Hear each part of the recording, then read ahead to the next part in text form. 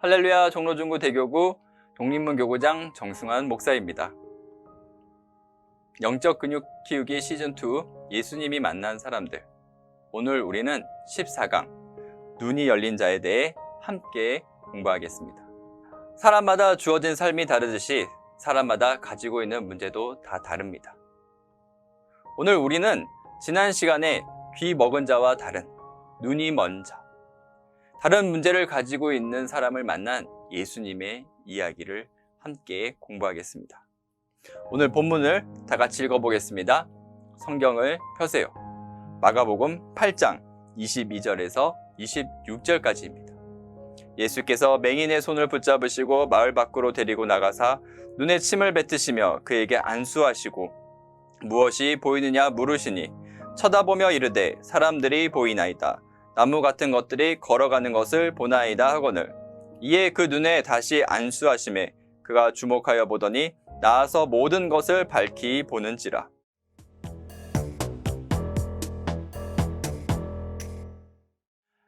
맹인은 늘 두렵습니다. 앞을 볼 수 없다는 현실이 너무나 괴롭습니다. 앞을 볼 수 없다는 것은 늘 위험을 가지고 살아가는 것과 같습니다. 성경에 이삭이 눈이 보이지 않게 되면서 아들 야곱에게 속아 넘어갔다는 것을 우리는 성경에서 볼 수 있습니다.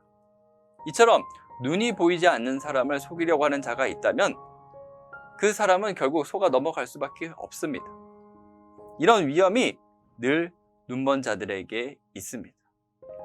약자는 약자끼리 힘을 모아서 강자를 상대하기도 하지만 맹인들은 맹인끼리 의지하게 되면 더 큰 위기를 초래할 수 있습니다. 한 예로 맹인이 맹인을 인도하려다가 한 사람이 구덩이에 빠지자 두 사람 모두 구덩이에 빠질 수밖에 없는 그런 상황에 놓이는 것처럼 말이죠.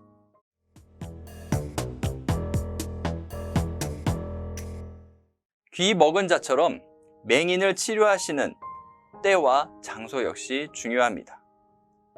이때는 베드로의 신앙 고백이 있기 전입니다.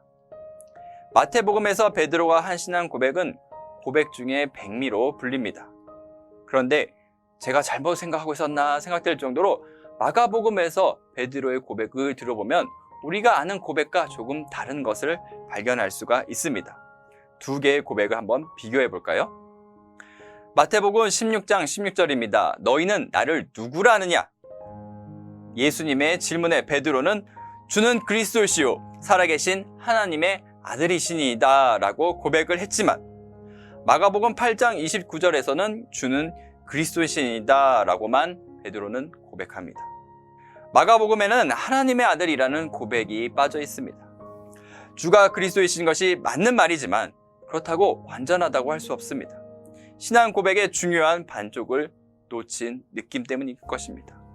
그래서 그런지 고백 바로 뒤에 예수님이 자신은 곧 죽임을 당하고 사흘 만에 부활할 것이라고 말씀해 주실 때 베드로가 예수님을 붙잡고 그러시면 안 된다고 항변하는 우리가 상상할 수 없는 모습을 보이기도 합니다.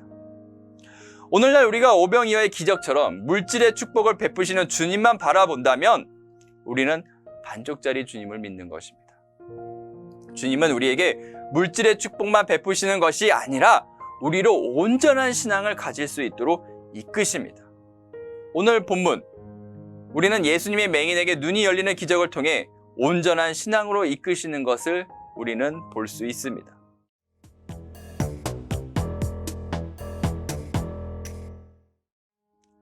군중 가운데 기적을 베푸시던 예수님이 맹인만 데리고 마을 밖으로 나가시는 것을 볼 수 있습니다. 넘어지지 말라고 그 맹인의 손을 붙잡고 인도해 주십니다. 정확하게는 예수님 복음을 전하시기 위해, 알려주시기 위해, 가르쳐 주시기 위해 1대1의 그 자리로 이끌어 주시는 것입니다. 예수님은 그가 이해할 수 있는 속도로 천천히 말씀해 주십니다.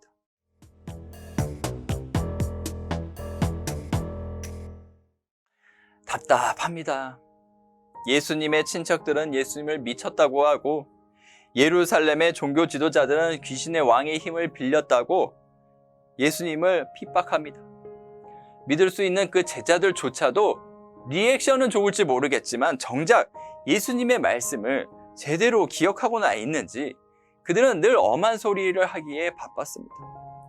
반면 대적이라고 할 수 있는 그 귀신들은 예수님이 하나님의 아들이심을 정확히 알고 예수님을 두려워합니다. 그런데 우리가 그런 귀신의 고백에 만족해야 되겠습니까?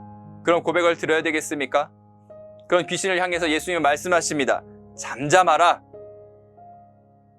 예수님은 그 귀신들을 책망하시는 것입니다. 예수님이 바라셨던 것은 귀신들의 고백이 아니라 우리의 진정한 신앙의 고백이 아닐까요? 예수님은 말씀을 선포하신 후에 기적을 행하십니다. 그러나 맹인은 말씀만 들을 뿐 눈앞에서 벌어지는 놀라운 그 기적은 볼 수가 없었습니다. 말씀을 귀로밖에 들을 수 없는 반쪽짜리 신앙인 것입니다. 온전한 신앙을 위해서는 변하는 삶을 체험해야 합니다. 그래서 주님은 맹인의 그 육체의 눈을 그리고 영적인 눈을 열어 주십니다.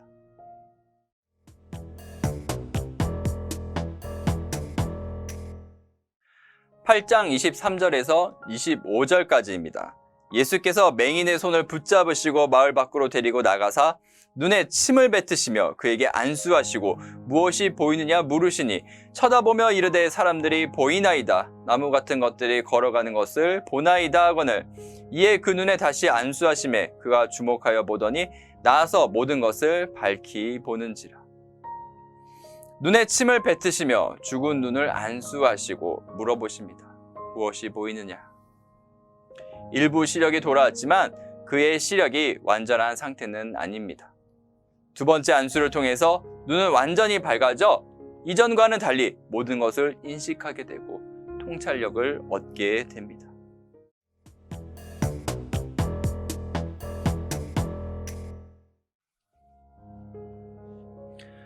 성령 충만 혹은 성령 침례를 받았던 사람들은 공통적으로 간증하는 것들이 있습니다. 무엇이 있을까요? 세상이 너무나도 아름답게 보이기 시작했다.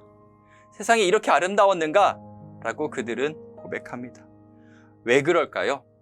이전과 달리 영의 눈이 열렸기 때문이죠. 죄로 가려졌던 영의 눈이 떠지면서 하나님의 섭리를 모든 만물을 통해서 보기 때문입니다. 성령을 받은 오순절 마가다락방의 사람들도 역시 영적인 귀와 눈과 입이 열렸습니다. 급하고 강한 바람과 같은 소리를 듣고 불의 혀처럼 갈라지는 것을 보며 다른 언어로 말하기 시작했습니다.